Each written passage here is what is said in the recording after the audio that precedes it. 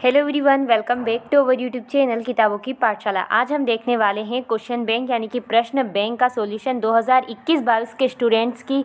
ये question bank विषय इतिहास कक्षा 12वीं के लिए होने वाली है। तो अभी तक हमने राजा किसान नगर से लेकर किसान जमींदार और राज्य यहाँ तक के सारे चैप्टर का सॉल्यूशन आपको प्रोवाइड कर दिया है। उसके वीडियो आपको कहाँ मिलेंगे? तो उसके वीडियो आपको हमारे टेलीग्राम चैनल पर मिल जाएंगे, जिसकी लिंक मैं आपको डिस्क्रिप्शन बॉक्स में दे दूँगी। आप वहाँ जाकर उन वीडियो को वॉच कर सकते हैं। साथ ही आपको इस जो चैनल है इसकी प्लेलिस्ट में भी एक बनाई गई है class 12th history question bank की, वहाँ जाकर भी आप ये सारे वीडियो पा सकते हैं। और आज हम जिस चैप्टर को देखने वाले हैं उसका नाम है उपनिवेशवाद और देहात। हमारी हिस्ट्री की बुक में ये चैप्टर नंबर 10 के नाम से दिया गया है। तो चलिए देखते हैं उपनिवेशवाद और देहात। जैसा कि आप स्क्रीन पर देख सकते हैं, अध्याय 10 उपनिवेशवाद और देहात। कुल 5 मार्क का ये जो चैप्टर हमारे लिए होने वाला है। इस अध्याय से जो 3 है वो एक अंक के 3 अंक के एक प्रश्न आएंगे, साथ में 2 अंक का एक प्रश्न आएगा, यानी कि काफ़ी छोटे क्वेश्चंस आने वाले हैं इस चैप्टर से। तो चलिए फटाफट से इसके आंसर को देख लेते हैं। सबसे फर्स्ट क्वेश्चन है, इस्तमरारी बंदोबस्त कब लागू हुआ था? जो इस्तमरारी बंदोबस्त व्यवस्था थी वो कब लागू हुई थी? तो वो लागू हुई थी 1793 में। ओके, उसके बाद नेक्स्ट क्वेश्चन है, पहाड़िया लोग किस प्रकार की खेती करते थे? तो झूम खेती करते थे। तीसरा, संताल विद्रोह का नेता था। जो संताल विद्रोह हुआ था उसका नेता कौन था? तो सिंधु और कान्हू। उसके बाद फ्रांसीसी बुकानन था, तो आप सबको पता था, एक चिकित्सक था। उसके बाद अगला प्रश्न है, महालवाड़ी बंदोबस्त किसके द्वारा लागू किया गया था? तो ये लागू किया था मार्टिन वर्ड के द्वारा। उसके बाद 6th है, जोतदार कौन सा कार्य नहीं करते थे? तो ब आएगा, वे शहरों में नहीं रहते थे, क्योंकि जोतदार थे वो कहाँ रहते थे? गाँव में। ओके, उसके बाद हमारे सामने आते हैं रिक्त स्थान। इनको देखते हैं। सबसे फर्स्ट है, संथालों को बसने के लिए दिया गया भूभाग कहलाता था। जो संथाल थे वो बसते थे, उस भूभाग को क्या कहते थे? उस भूभाग को कहते थे दामिन ए कोह। दामिन ए कोह। ओके, उसके बाद नेक्स्ट है, जमीन को जलाकर साफ करने के बाद खाद हेतु राख का प्रयोग किया जाता था। ऐसी खेती कहलाती थी। तो ऐसी खेती कहलाती थी झूम कृषि या झूम खेती। ओके, झूम खेती। थर्ड क्वेश्चन है, 5वीं रिपोर्ट का उद्देश्य भारत में रिक्त स्थान को क्रियान्वित करने का था। तो भारत में आर्थिक गतिविधियों को, ओके, जो 5वीं रिपोर्ट थी आर्थिक गतिविधियों को क्रियान्वित करने का था। तो ये इसका आंसर रहेगा। उसके बाद नेक्स्ट क्वेश्चन है, सन रिक्त स्थान में ब्रिटिश इंडिया कंपनी की स्थापना हुई। तो ब्रिटिशर्स ने हमारे यहाँ आकर कब कंपनी स्थापित की थी? तो 13 दिसंबर 1600 में। 1600 में ब्रिटिशर्स ने हमारे यहाँ कंपनी स्थापित की थी। उसके बाद नेक्स्ट है यहाँ पर, संथालों ने 1855 ईस्वी में विद्रोह के नेतृत्व में किया। संथालों का जो विद्रोह हुआ था 1855 में, वो किसके नेतृत्व में था? तो वो था सिधो और कान्हू मुझी के नेतृत्व में। सिधो और कान्हू मांझी। ओके, ये किसान, वो जो संथाल थे उनके नाम थे इस तरीके से, सिधो और कान्हू मांझी के नेतृत्व में। उसके बाद बात आती है सही जोड़ी की। इनको देख लेते हैं। सबसे फर्स्ट है कान्हू। तो कान्हू कौन है? एक संथाल है, अभी आपको पता चला। सेकंड है विलियम होजेज। तो जो विलियम होजेज थे वो कौन थे? तो वो एक ब्रिटिश कलाकार थे। उसके बाद तीसरा है चिनरी। तो चिनरी कौन थे? एक चित्रकार थे। अगस्त क्लीवलैंड, ये क्या था? तो ये थे यहाँ के जो अपने भागलपुर का कलेक्टर। उसके बाद बुकानन। तो बुकानन का आएगा हैमिल्टन। और कागजी नाना भाई तो कपड़ा मिल के संस्थापक थे, जस्ट सामने वाला आ जाएगा। तो इस तरीके से सही जोड़ी भी कंप्लीट होती है। अब बात करेंगे सत्य असत्य की। सबसे फर्स्ट क्वेश्चन है, एक निश्चित तारीख तक राजस्व का भुगतान नहीं होता तो जमींदारी नीलाम कर दी जाती थी। इसको सूर्यास्त विधि कहते थे। तो जी हाँ, इसका आएगा सत्य। उसके बाद नेक्स्ट है, ब्रिटेन के कपास क्षेत्रों में गिरावट का कारण अमेरिकी युद्ध था। तो जी हाँ, इसका भी आएगा सत्य। उसके बाद अगला क्वेश्चन है, राजमहल की पहाड़ियों में संथाल निवास करते थे। जो जी हाँ, इसका भी आएगा सत्य। उसके बाद इस्तमरारी बंदोबस्त बंगाल में लागू किया गया था। तो जी हाँ, इसका भी क्या आएगा? सत्य। उसके बाद 1859 ईस्वी में अंग्रेजों द्वारा परिसीमन कानून बनाया गया था। तो इसका भी सत्य ही रहेगा, यानी कि 1 से लगाकर 5 तक सारे सत्य। अब जो छठा क्वेश्चन है, भारत में औपनिवेशिक शासन सर्वप्रथम मुंबई में स्थापित हुआ। तो नहीं, इसका आएगा असत्य। चलिए बढ़ते हैं अगले क्वेश्चन की तरफ। अगले हमारे सामने प्रश्न क्रमांक 5, एक वाक्य में हमें उत्तर देना है। सबसे फर्स्ट है, भारत ब्रिटेन में कब तक कपास आपूर्ति का सबसे बड़ा स्रोत था? कब तक था? जब तक अमेरिका में गृह युद्ध नहीं हुआ था, अमेरिकी गृह युद्ध तक, अमेरिकी गृह युद्ध तक। उसके साथ साथ आप तारीख भी बता सकते हैं, तो तारीख रहेगी 1861 से 1865 ईस्वी तक। ओके, चलिए नेक्स्ट क्वेश्चन है, बंगाल में स्थायी बंदोबस्त को किसको लाभ हुआ? जब स्थायी बंदोबस्त बंगाल में लगाया गया तो इससे किसको लाभ हुआ? तो कंपनी को। तो राइट आंसर रहेगा कंपनी को लाभ हुआ। उसके बाद जोतदार गाँव में जमींदारों का विरोध क्यों करते थे? ताकि वो अपना प्रभाव नियंत्रण बढ़ा सके, अपना प्रभाव व नियंत्रण बढ़ा सके, इसलिए। ओके, उसके बाद नेक्स्ट क्वेश्चन है हमारे सामने, कॉर्नवालिस कोड कब बना था? कॉर्नवालिस जो कोड था वो कब बना था? वो बना था 1793 ईस्वी में। ओके, उसके बाद नेक्स्ट क्वेश्चन है, दक्कन किसान विद्रोह कब हुआ? तो दक्कन किसान विद्रोह 1874 ईस्वी से 1879 ईस्वी तक हुआ था। ओके, चलिए इस तरीके से एक वाक्य कंप्लीट होते हैं। अब भाग 2 में प्रवेश करते हैं, जहाँ हमें 2 अंक की ये क्वेश्चन है, इनके आंसर हमें देना है। तो कुछ क्वेश्चनों के आंसर मैं आपको बड़े भी बताऊंगी, ताकि आपको बड़े लिखने का भी अगर कोई क्वेश्चन आ जाए तो आप आसानी से उससे लिख सको। ओके, तो चलिए 2 अंक के क्वेश्चन को देखते हैं। फर्स्ट क्वेश्चन है, पहाड़ी लोगों की आजीविका संथालों की आजीविका से किस प्रकार भिन्न थी? इसका आंसर बताना है, यानी कि जो पहाड़ी लोग थे और जो संथाल थे उनमें क्या डिफरेंस था। चलिए इसके आंसर को देखते हैं। सो फ्रेंड, जैसा कि आप स्क्रीन पर देख सकते हैं, पहाड़ी लोग और संथालों की आजीविका में भिन्नताएं। सबसे पहले अगर हम देखें तो पहाड़ियों का जो जीवन था उसका प्रतीक कुदाल था, यानी कि एक औजार होता है, कृषि कार्यों में उपयोग आता है कुदाल, तो वो उसको अपने जीवन का प्रतीक मानते थे। वहीं जो संथाल लोग थे वो हल को अपने जीवन का प्रतीक मानते थे। पहाड़िया जो लोग थे वो झूम कृषि करते थे, झूम खेती का कार्य करते थे। उसके साथ साथ जो संथाल लोग थे वो मुख्य क्या करते थे? स्थायी खेती करते थे। झूम खेती में क्या होता है? घूम घूम कर खेती करना पड़ता है, और स्थायी खेती में एक जगह स्थानीय रूप से रहकर लोग खेती करते थे। तीसरा अंतर है, पहाड़ी जो लोग थे वो जंगली उत्पादन पर निर्भर करते थे, और जो संथाल लोग थे वो पूर्णतः खेती पर ही आश्रित रहते थे। आगे देखो तो जो पहाड़ियों लोग थे वो गांव पर आक्रमण करते थे, जबकि संथाल लोग थे शांत व सरल होते थे। उसके बाद पहाड़ियों में असभ्य, बर्बर, उपद्रवी तथा कुर मानते थे, यानी कि जो अंग्रेज थे वो पहाड़ियों को असभ्य कहते थे, बर्बर कहते थे, उपद्रवी कहते थे, जबकि संथालों को अंग्रेज सभ्य तथा आदर्श बासिंदे मानते थे, यानी कि अच्छे लोग समझते थे। उसके बाद पहाड़ी लोग वो पहाड़ व जंगलों में ही रहते थे, संथाल लोग जंगलों में नहीं रहते थे। पहाड़िया लोग जंगलों से घनिष्ठ रूप से जुड़े हुए थे, खाने के लिए जो महुआ आता है फूल इकट्ठे करते थे उसके, तथा काठ कोयला बनाने वाले रेशम कीड़े भी पालते थे। जबकि संथाल जो लोग थे वो जंगलों से घनिष्ठ रूप से जुड़े हुए नहीं थे। संथाल लोग क्या करते थे? खेती करते थे, इसलिए कपास जैसी फसलें उगाते थे, वो वाणिज्यिक फसलें उगाकर अपना जीवन यापन करते थे। तो इस तरीके से संथाल और पहाड़ियों लोगों में अंतर थे। तो इनका स्क्रीनशॉट ले लीजिए, सबसे पहले यहाँ से यहाँ तक, उसके बाद यहाँ से यहाँ तक, और फिर इन दोनों का। चलिए, आई होप आपने स्क्रीनशॉट ले लिया होगा। बढ़ते हैं क्वेश्चन बैंक की तरफ। सो फ्रेंड, अब हमारा नेक्स्ट क्वेश्चन है, ऋणदाताओं के विरुद्ध दक्कन के रैयतों के क्रोध के 2 कारणों को लिखिए। जो ऋणदाता थे, ओके, जो ऋण उपलब्ध कराते थे, दक्कन के जो रैयत थे, रैयत का मतलब है यहाँ पर किसान, दक्कन के इलाके में किसान को रैयत कहा जाता था। तो जो किसान थे वो ऋणदाताओं पर क्रोधी क्यों हुए थे, उसके कारण बताना है। तो चलिए इसके आंसर को भी देख लेते हैं। सो जैसा कि आप स्क्रीन पर देख सकते हैं, दक्कन के रैयत का ऋणदाताओं के प्रति क्रुद्ध होने के कारण, सबसे पहला कारण तो ये कि जब भारत से इंग्लैंड में कपास का निर्यात हो रहा था, यानी कि जो इंडिया है वहाँ से कपास का उत्पादन कर इंग्लैंड भेजा जा रहा था, तो महाराष्ट्र के निर्यात व्यापारी और साहूकार रैयत को खूब ऋण दे रहे थे। यानी कि जो महाराष्ट्र के बड़े बड़े साहूकार थे, व्यापारी थे, वो किसानों को बहुत ऋण दे रहे थे।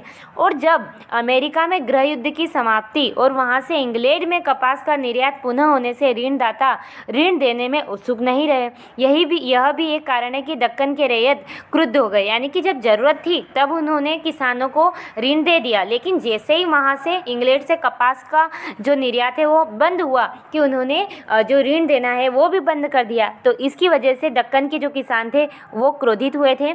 दूसरा कारण है ऋणदाताओं ने देखा कि भारतीय कपास की मांग जो है वो घटती जा रही है और कपास की कीमतों में भी क्या हो रहा है, गिरावट आ रही है। यही कारण था कि उन्होंने अपना कार्य व्यवहार बंद करने और रैयत की अग्रिम राशियाँ प्रतिबद्ध करने और उन्हें बकाया ऋणों को वापस लेने का निर्णय ले लिया, और जो ऋण दिया था उसे फटाफट से वापस लेने का भी उन्होंने निर्णय ले लिया। इसलिए भी ऋणदाता क्या थे, क्रुद्ध हो रहे थे। तो ये इसका आंसर है। जल्दी से इसका स्क्रीनशॉट। बढ़ते हैं अगले क्वेश्चन की तरफ। सो फ्रेंड, अगला प्रश्न है प्रश्न क्रमांक 3, झूम खेती के बारे में आप क्या जानते हैं। तो झूम खेती किसे कहते हैं ये हमें बताना है। तो चलिए इसके आंसर को देखते हैं।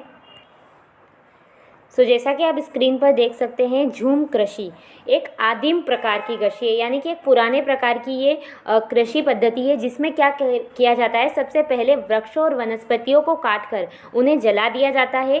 साफ की गई भूमि को पुराने उपकरणों, लकड़ी के हलों आदि से जुताई करके बीज बो दिए जाते हैं। फसल पूर्णतः प्रकृति पर निर्भर रहती है और उत्पादन बहुत कम हो पाता है। यानी कि इसमें क्या होता है, झूम कृषि में किसान क्या करते हैं कि वो वनस्पतियों को एक स्थान पर काट देते हैं, वहाँ पर साफ सफाई कर देते हैं और लकड़ी के हलों से वहाँ की ज़मीन को जुताई कर वहाँ पर बीज बो देते हैं। और इसमें क्या होता है, जो फसल होती है वो प्रकृति पर, अगर बारिश हो रही है तो फसल होगी, मानसून पर निर्भर करती है, जिसकी वजह से क्या होता है, उत्पादन भी बहुत कम होता है। कुछ वर्षों तक, प्राय 2 या 3 वर्ष तक, जब तक मिट्टी में उर्वरता विद्यमान रहती है, इस भूमि पर खेती की जाती है।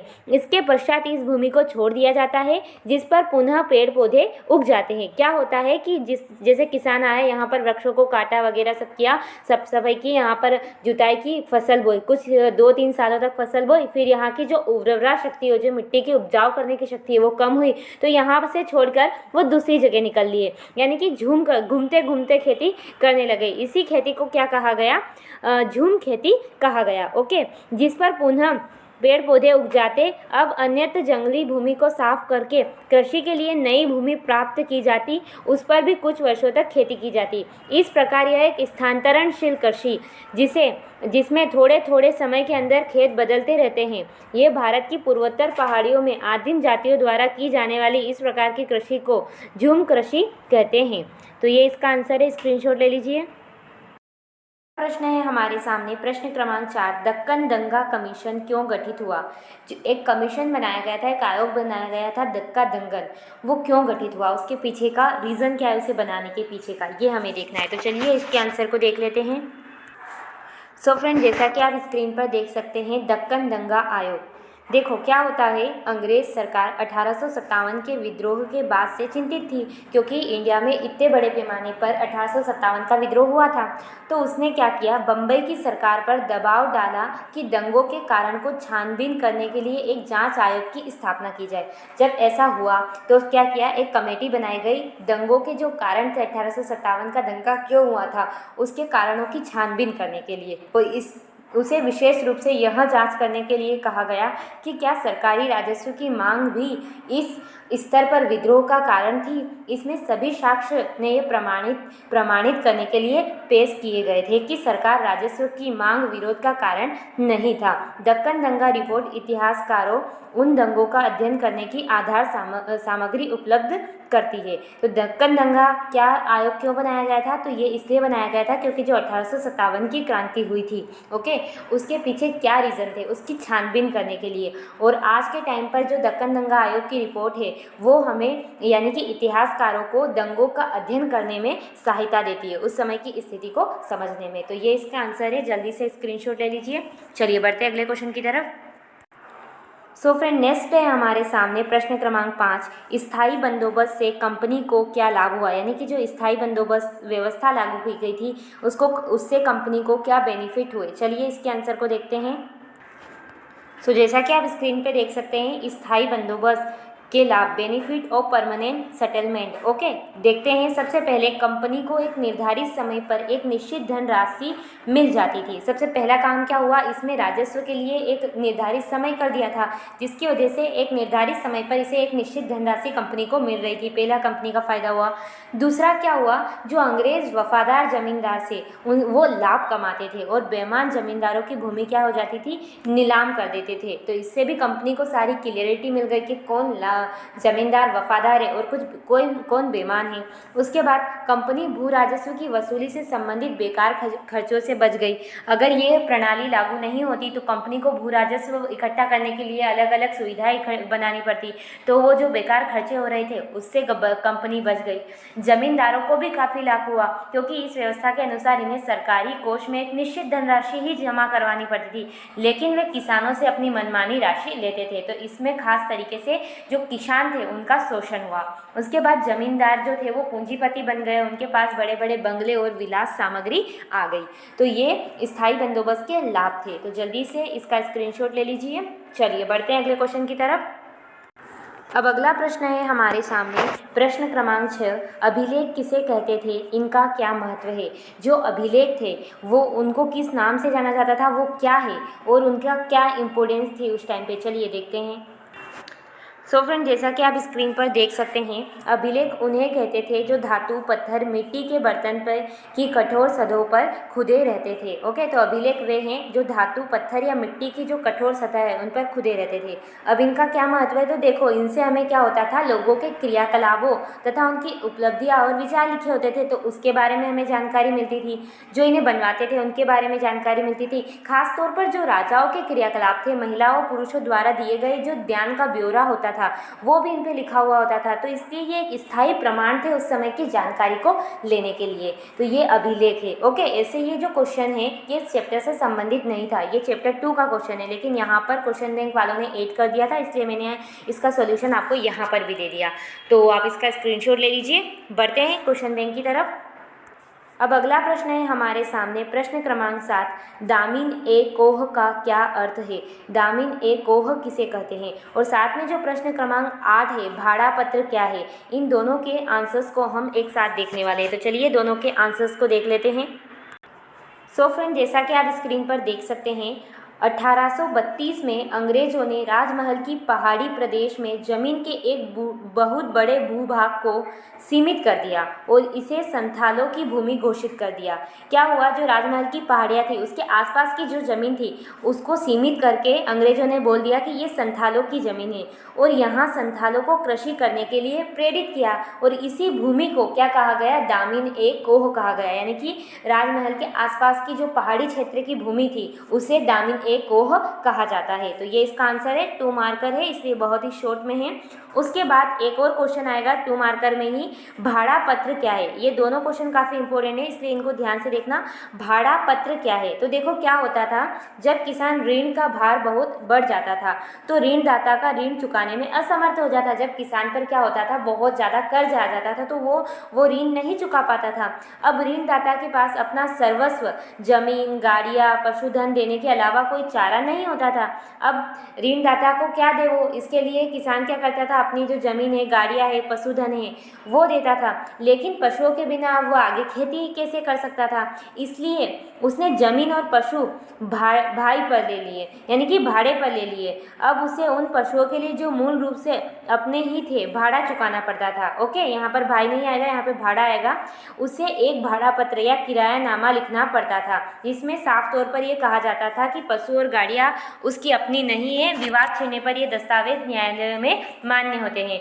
सिंपल लैंग्वेज में कहूँ तो क्या होता था, जब किसानों पर बहुत ज़्यादा कर्ज बढ़ जाता था तो वो कर्ज नहीं चुका पाते थे। इसके लिए वो क्या करते थे, अपनी ज़मीन, गाड़ियाँ और पशुधन को जो बड़े बड़े ज़मींदार होते हैं, ऋणदाता होते हैं, उनके पास में रख देते थे। लेकिन अब वो अगर पशु वगैरह सब उनको दे देंगे ज़मींदारों को तो वो खेती कैसे करेंगे। तो इसलिए वो क्या करते थे, उनको देते थे और वापस उनसे भाड़े पर ले लेते थे और इनका किराया देते थे। और इसीलिए इस पत्र को कहा गया भाड़ा पत्र, जिसमें ये सारी बातें लिखी जाती थी और अगर कोई लड़ाई होती थी तो ये न्यायालय में मान्य होते थे। ओके, तो ये है भाड़ा पत्र। तो चलिए इसके आंसर को स्क्रीनशॉट ले लीजिए। चलिए बढ़ते हैं क्वेश्चन बैंक की तरफ। सो फ्रेंड, इस तरीके से प्रश्न क्रमांक 8 व 7 भी कंप्लीट हो चुके हैं। अब बात करेंगे प्रश्न क्रमांक 9 की। तो प्रश्न क्रमांक 9 है, संथालों ने ब्रिटिश शासन के विरुद्ध विद्रोह क्यों किया। जो संथाल लोग थे उन्होंने ब्रिटिश शासन के विरुद्ध विद्रोह क्यों किया, क्योंकि संथालों को तो ब्रिटिश अच्छा मानते थे, सब भी मानते थे। तो इसका क्या रीज़न थे इसके पीछे, चलिए इसके आंसर को देखते हैं।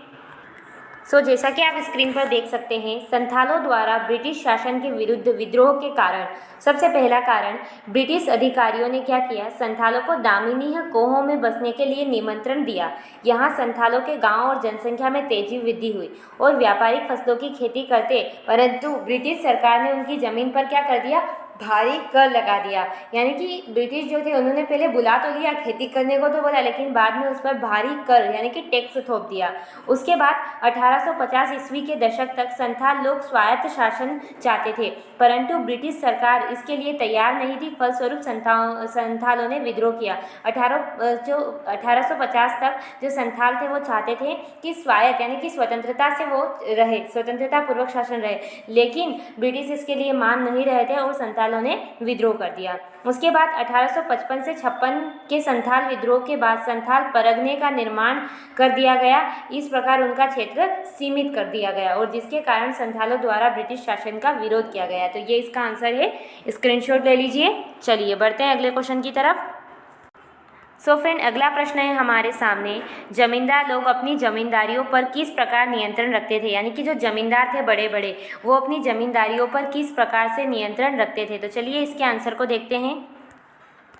जैसा कि आप स्क्रीन पर देख सकते हैं, जमींदारों द्वारा अपनी जमींदारियों पर नियंत्रण रखने के उपाय। सबसे पहले, राजस्व की चूंकि अत्यधिक मांग थी और अपनी भूमि संपदा को नीलामी से जमींदार तंग आ चुके थे। इससे बचने के लिए जमींदारों ने एक नया षड्यंत्र सोच लिया। संपदा की क्या करने लगे, वो फर्जी बिक्री, ऐसी ही एक रणनीति थी। यानी कि वो अपनी जमींदारियों को नियंत्रण में रखने के लिए फर्जी बिक्री करवाने लगे खुद की संपत्ति की ही। बर्दनाम के जो एक राजा था, पहले तो उन्होंने क्या किया, जमींदारी का कुछ भाग अपनी मां के नाम पर कर दिया, क्योंकि कंपनी का ये नियम बनाया गया था कि स्त्रियों की संपत्ति को नहीं छीना जाएगा। दूसरा, जो नीलामी की प्रक्रिया थी उसमें एजेंटों और नौकरों को शामिल कर दिया गया और इस प्रकार संपदा पर जमींदार का ही अधिकार बना रहता था। जमींदार क्या करता था, कंपनी को राजस्व समय पर नहीं देते थे और इस प्रकार बकाया राजस्व राशि का बोझ क्या होता था, बढ़ता गया। जब भू संपदा का कुछ भाग नीलाम किया गया तो जमींदार के संबंधियों ने ही ऊंची बोली लगाकर खरीद लिया, परंतु रकम का भुगतान नहीं किया। यही प्रक्रिया बार बार चलती रही। कुछ दिनों के बाद लोगों ने बोली लगाना बंद किया। कंपनी को कम दाम पर जमीन जमींदार को ही बेचनी पड़ी। इस तरीके से जमींदार ने अपनी ज़मीन को बचाया। जमींदारियों ने नीलामी से बचने के लिए अन्य कई तरकीबें भी निकाली, जैसे वे संपदा खरीदने वालों के ज़मीन पर कब्जा नहीं करने देते थे और उनको मार पीट कर भगा देते थे। अगर उनकी जमींदारियों पर कोई भी नियंत्रण करने आता तो उसको मारते पीटते। तो इस तरीके से जमींदारों ने अपनी जमींदारियों पर नियंत्रण रखने के उपाय निकाले। तो ये इसका आंसर है। सबसे पहले यहाँ से यहाँ तक का स्क्रीनशॉट, उसके बाद यहाँ से यहाँ तक का। चलिए बढ़ते हैं अगले क्वेश्चन की तरफ। अब अगला प्रश्न है प्रश्न क्रमांक 11, फ्रांसीसी बुकानन कौन था। फ्रांसीसी बुकानन किसे कहते थे। चलिए इसके आंसर को देख लेते हैं। जैसा कि आप स्क्रीन पर देख सकते हैं, फ्रांसीसी बुकानन जो थे वो एक चिकित्सक थे जो कि भारत आए थे और बंगाल चिकित्सा सेवा में 1794 से 1815 तक उन्होंने काम किया। बंगाल सरकार के अनुरोध पर उन्होंने क्या किया, ब्रिटिश ईस्ट इंडिया कंपनी के आधिकारिक क्षेत्र में आने वाली भूमि का भी विस्तृत सर्वेक्षण किया। बुकानन में अद्भुत प्रेक्षण शक्ति थी। उसने पत्थरों, चट्टानों और वहाँ की भूमि के भिन्न स्तरों पर परतों को ध्यानपूर्वक देखा और उत्पादन के लिए अध्ययन किया। यानी इस तरीके से तो वो एक चिकित्सक थे और भारत आए थे, उन्होंने बहुत टाइम तक बंगाल चिकित्सा में काम किया, लेकिन वो बहुत इंटेलिजेंट व्यक्ति थे। इसलिए ईस्ट इंडिया कंपनी ने उन्हें भूमि का विस्तृत सर्वेक्षण के लिए रखा, तो उन्होंने बहुत ध्यान से काम किया। तो यही थे बुकानन। तो ये इनका आंसर है। जल्दी से स्क्रीनशॉट। चलिए अगला क्वेश्चन है अब हमारे सामने प्रश्न क्रमांक 12, पांचवी रिपोर्ट क्या थी। पांचवी रिपोर्ट किसे कहते हैं। तो चलिए इसके आंसर को भी देखते हैं। जैसा कि आप स्क्रीन पर देख सकते हैं, भारत में ईस्ट इंडिया कंपनी के प्रशासनिक तौर तरीकों तथा क्रियाकलापों की तैयार की गई और ब्रिटिश संसद में पेश की गई रिपोर्ट को 5वीं रिपोर्ट कहते हैं। अब ये 5वीं रिपोर्ट क्या थी? इसमें क्या हुआ था कि ईस्ट इंडिया कंपनी के जो भी प्रशासनिक तौर तरीके थे भारत के अंदर किस तरीके से काम कर रहा था, उसको ब्रिटिश संसद में पेश किया गया था एक रिपोर्ट के माध्यम से। उसी को 5वीं रिपोर्ट कहते हैं। ये जो रिपोर्ट थी ये 1002 पृष्ठों की थी, जिसमें 800 से अधिक जो पृष्ठ थे वो परिशिष्टों के थे। इसमें जमींदार, रैयत की अर्जियां, भिन्न भिन्न जिलों के कलेक्ट्रेट की रिपोर्ट, इसमें राजस्व विवरण से संबंधित सांख्यिकी तालिका, अधिकारियों की बंगाल और मद्रास में राजस्व तथा न्यायिक प्रशासन की लिखित टिप्पणियां शामिल की गई थी। तो 5वीं रिपोर्ट ब्रिटिश ये संसद में पेश की गई रिपोर्ट थी। चलिए, तो ये इसका आंसर है। जल्दी से स्क्रीनशॉट ले लीजिए। बढ़ते हैं अगले क्वेश्चन बैंक की तरफ। फ्रेंड, अब हमारे सामने अगला प्रश्न है, प्रश्न क्रमांक 13, स्थायी बंदोबस्त के गुण दोष की विवेचना कीजिए। यानी कि जो स्थायी बंदोबस्त व्यवस्था लागू की गई थी उसके क्या गुण हैं और उसके क्या दोष हैं, यानी कि उसकी क्या कमियां थी, वो हमें बताना है। तो चलिए इसके आंसर को देख लेते हैं। तो जैसा कि आप स्क्रीन पर देख सकते हैं, सबसे पहले स्थायी बंदोबस्त के गुणों की बात करेंगे। ओके, देखिए सबसे पहले तो स्थायी बंदोबस्त का क्या गुण है? इससे क्या हुआ? कंपनी के प्रशासन क्षमता में वृद्धि हो गई, यानी कि कंपनी की जो प्रशासनिक क्षमता थी वो इंक्रीज हुई। कैसे? देखो, किसानों से मिलने वाली जो मालगुजारी कंपनी की आमदनी का मुख्य स्रोत थी, यानी कि जो किसानों से उन्हें राजस्व की प्राप्ति हो रही थी, उसके लिए कंपनी को योग्यतम कर्मचारियों को इस राजस्व को एकत्र करने के लिए लगाना पड़ता था। लेकिन जब स्थायी बंदोबस्त व्यवस्था लागू की गई तो इसके फलस्वरूप क्या हुआ? दूसरे विभागों का कार्य ठीक से नहीं हो पाता था। इस व्यवस्था के कारण सरकार योग्य व्यक्तियों को अन्य विभागों में लगाने की सुविधा प्राप्त कर पाई। इस प्रकार प्रशासनिक व्यवस्था की क्षमता बढ़ना स्वाभाविक था। ओके, तो पहला है कंपनी की प्रशासनिक क्षमता। दूसरा, कंपनी के व्यय में भी कमी। इसमें क्या हुआ? देखो, वही बात है, अगर वो कर्मचारियां कंपनी लगाती तो उनको क्या करना पड़ता? उनको तनख्वाह देनी पड़ती। तो इसकी वजह से जो कंपनी का व्यय है वो बढ़ता, और जब उन कर्मचारियों को और अधिकारियों को कार्य पर नहीं लगाया गया, उन्हें भत्ता नहीं दिया गया, तो इससे क्या हो गई? कंपनी की बचत बढ़ गई। ओके, उसके बाद अगला है जमींदार के हितों की वृद्धि। अब जमींदार के हित कैसे बढ़े? देखो, जमींदार को क्या करना था? एक निश्चित मात्रा में राजस्व कंपनी को देना था। तो अब जमींदारों को अधिक मात्रा में वो किसानों से राजस्व इकट्ठा करते, तो इसकी वजह से जमींदारों के हितों में भी वृद्धि हुई। उसके साथ ही किसानों को प्रोत्साहन मिला। अब किसानों को प्रोत्साहन कैसे मिला? देखो, इस व्यवस्था में कृषक वर्ग को बहुत प्रोत्साहन मिला। उसने अपने खेत का पट्टा मिल गया जिस पर भूमि की माप और लगान लिखा होता था। उन्हें अब तक बेदखली का भय नहीं रहता था जब तक कि वे लगान अदा करते रहते। इस प्रकार वे लगान देकर मन की खेती करने लगे। तो ये चौथा गुण था। ओके, तो इस तरीके से ये 4 गुण हैं। अब बात करेंगे स्तंभधारी यानी कि स्थायी बंदोबस्त के दोषों की। सबसे पहले इससे क्या हुआ? जमींदारों पर एक तरीके से विपरीत प्रभाव भी पड़ा। किस तरीके से? देखो, स्थायी व्यवस्था अनंतः जमींदारों के लिए लाभदायी सिद्ध हुई, तथापि उसके इस समय के प्रभाव उनके लिए विनाशकारी सिद्ध हुए। देखो, इस शुरुआत में तो लगा कि ये लाभकारी है, लेकिन समय के कुछ समय बाद ये विनाशकारी सिद्ध हुई। कैसे?